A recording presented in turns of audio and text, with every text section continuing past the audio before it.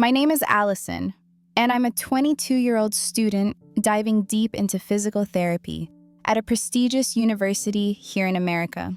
Life's pretty vibrant, but let me introduce my younger sister. Hey, I'm Victoria. I'm 20. And just like Allison, I've got this long, wavy blonde hair that we've both inherited from our mom. I'm always in my favorite pink t-shirt and shorts. It's just my thing, you know? My feet are a cute size 6, and I love matching my nail polish to my outfit. Always in pink. I'm what you'd call fit, thanks to the countless hours at the gym and on the volleyball court. I'm about 5'7", with a physique I've worked hard for. My hair is this shimmering blonde, and I've got this natural glow from being outdoors so much. I've got C-cup breasts, always kept in check with sports bras, usually black or navy. My school uniform is pretty standard. White blouse, navy skirt, but at home, forget socks. I hate them. My toenails, always painted, with my favorite being a bold red. And my feet are a US 6.5. Allison here is a libero on the volleyball team, diving and digging to save those balls. She once said after a game, ouch, that dive was not the best idea, after injuring her back. But she's tough, always back on the court when she can. Our stepdad, Jason, he's been in our lives since I was a teen. He's super supportive, especially at my volleyball games.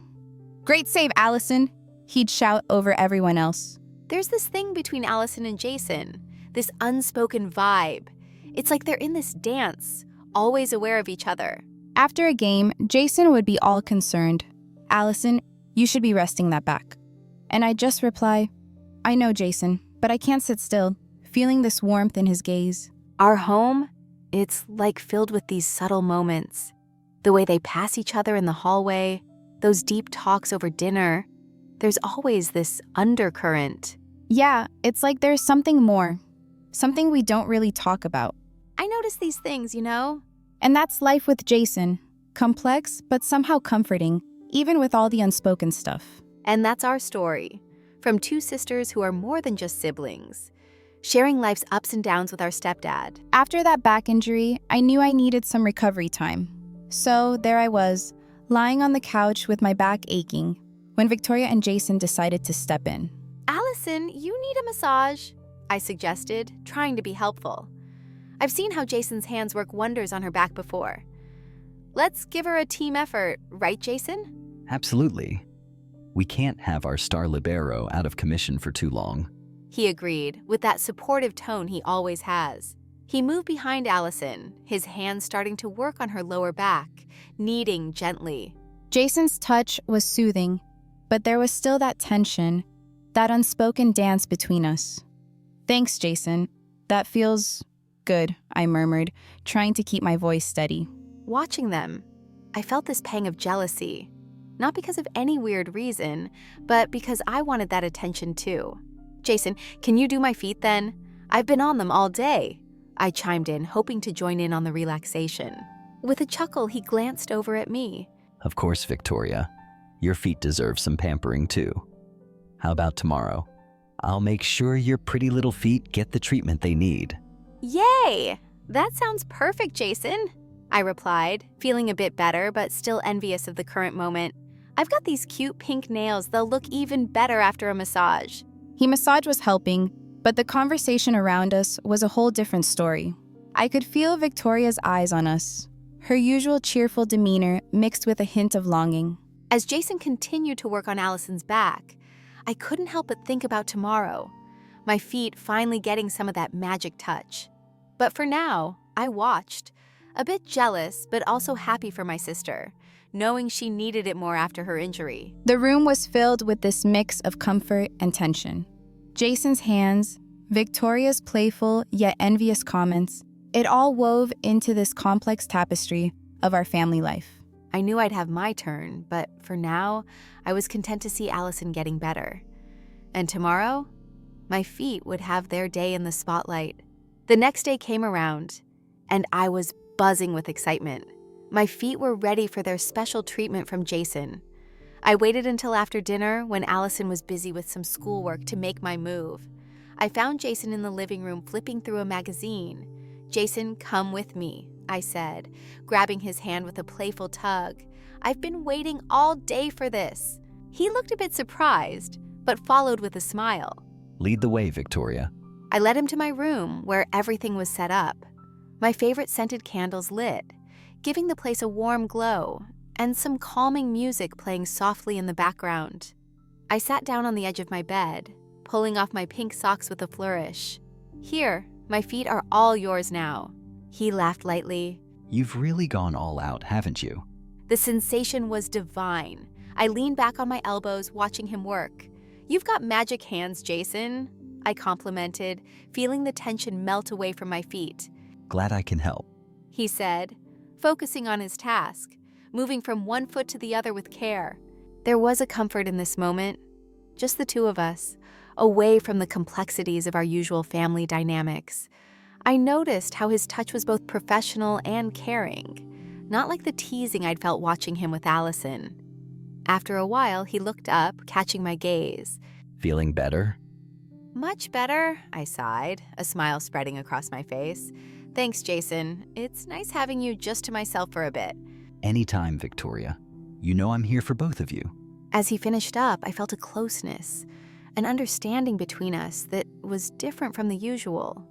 It was just a foot massage, but in that moment it felt like a special bond, something just for us. The rest of the evening passed quietly, but I went to bed with a smile, my feet feeling lighter and my heart feeling a bit warmer. I couldn't help but feel this growing frustration. Jason, he's been so attentive to Victoria, giving her that special treatment with the foot massage, and here I am, still dealing with the remnants of my back injury. It's like I'm invisible sometimes, or at least less visible than my sister. I mean, I appreciate the help with my back, but there's this part of me that feels neglected. It's not jealousy, or maybe it is, but it's more about feeling like I'm on the sidelines in my own home, in my own family.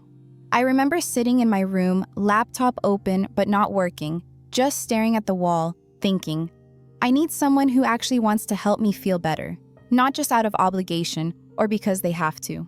I've been looking around, not for anything serious, but for someone who might want to give me a massage, someone who might see me, not just my role in the family or my injury. I've even checked out some local massage therapists. I want someone who'll focus on me, on my needs, without the family complications. And it's not just about the physical relief. It's about feeling cared for, feeling like I matter as Allison, not just as the libero or the stepdaughter. So I've been looking, scrolling through profiles, trying to find that person, someone who can give me that moment of peace, of being the center of attention, even if it's just for an hour. Because right now, in my own house, it feels like I'm fighting for scraps of attention, and I'm tired of it. I deserve more than that. Yesterday was one of those days where I decided to go all out on self-care. I woke up with the sun streaming through my window, and I knew it was the perfect day for some pampering. After my morning routine, I spent extra time choosing my outfit. I went for this adorable light pink flowy dress that makes me feel like I'm walking on clouds. Accessorized with some delicate gold pieces, I felt like royalty. My feet were next on the agenda. I love taking care of them, so I set up a mini spa session. First, I removed the old nail polish, then soaked my feet in a warm bath with lavender oil, which is just divine. I scrubbed them gently, ensuring they were silky smooth before I started painting my nails with this new, vibrant pink shade I've been eyeing. Each stroke was like painting a masterpiece, and once they dried, they looked absolutely fabulous. But I didn't stop there. I massaged in this luxurious foot cream, paying special attention to my heels and arches, making sure they felt as good as they looked. Moving on, I wanted to give some love to my waist and hips. I have this special oil mix that smells like heaven, a blend of essential oils. Standing in front of my mirror, I started applying the oil, focusing on my lower back, hips, and waist. The sensation was both relaxing and invigorating, making me feel more connected to my body. As I twirled around, watching how the light caught the dress, how the oil glistened on my skin, I couldn't help but smile at my reflection. Yesterday was all about me, about feeling beautiful, about taking the time to appreciate myself. And I must say, I did it wonderfully. I can't help but feel a bit annoyed with Victoria sometimes. She goes on and on about how she treats herself, her little spa days, especially with her feet. "Oh, my feet hurt. I need a massage," she'll say, like it's the end of the world. But does she ever stop to think about how others might feel? I've been dealing with this damn back injury, and while she's there, pampering her feet with the newest shade of pink or whatever, I'm here, struggling. It's not just that she takes care of herself. It's how she seems to make it everyone's problem that her feet ache after she's been prancing around in her cute little outfits. It's like she's so caught up in her own world, in her own little bubble of self-care, that she's forgotten there are others around her who might need some attention too. She's so egoistic, thinking the world revolves around her foot massages and her oil treatments. I mean, I get it, take care of yourself, but there's a line between self-care and just being self-centered. She doesn't even ask how I'm feeling, how my back is. She's just, look at me. Look at my pretty feet. It's exhausting. And honestly, it makes me feel so overlooked in my own home. I wish for just one day she'd see past her own reflection in the mirror and notice that maybe, just maybe, someone else might need a bit of care too. But no, it's always about Victoria and her precious feet that apparently can't handle anything without a full spa treatment. So lately, Jason hasn't been doing those foot massages anymore. I guess everyone gets busy, or maybe he's just not into it as much. Whatever the reason, I've decided it's time to find someone who really knows what they're doing. I mean, my feet deserve the best, right? I've been thinking, and I've realized that what I really want is someone experienced, someone who understands the art of a good massage. I'm looking for someone between 50 and 60 years old. There's just something about that age group. They've got the life experience, the touch, you know? I bet they've learned all the tricks to make a massage not just good, but great. I've been browsing through some local listings, checking out reviews, looking for that perfect person who can give my feet the attention they've been missing. Someone who'll treat them like the royalty they are. I want someone who's not just going through the motions, but who's passionate about it. So, yeah, I'm on a mission to find my new massage guru, someone who's going to make my feet feel like they're walking on clouds. And who knows, maybe I'll learn a thing or two about life from them as well.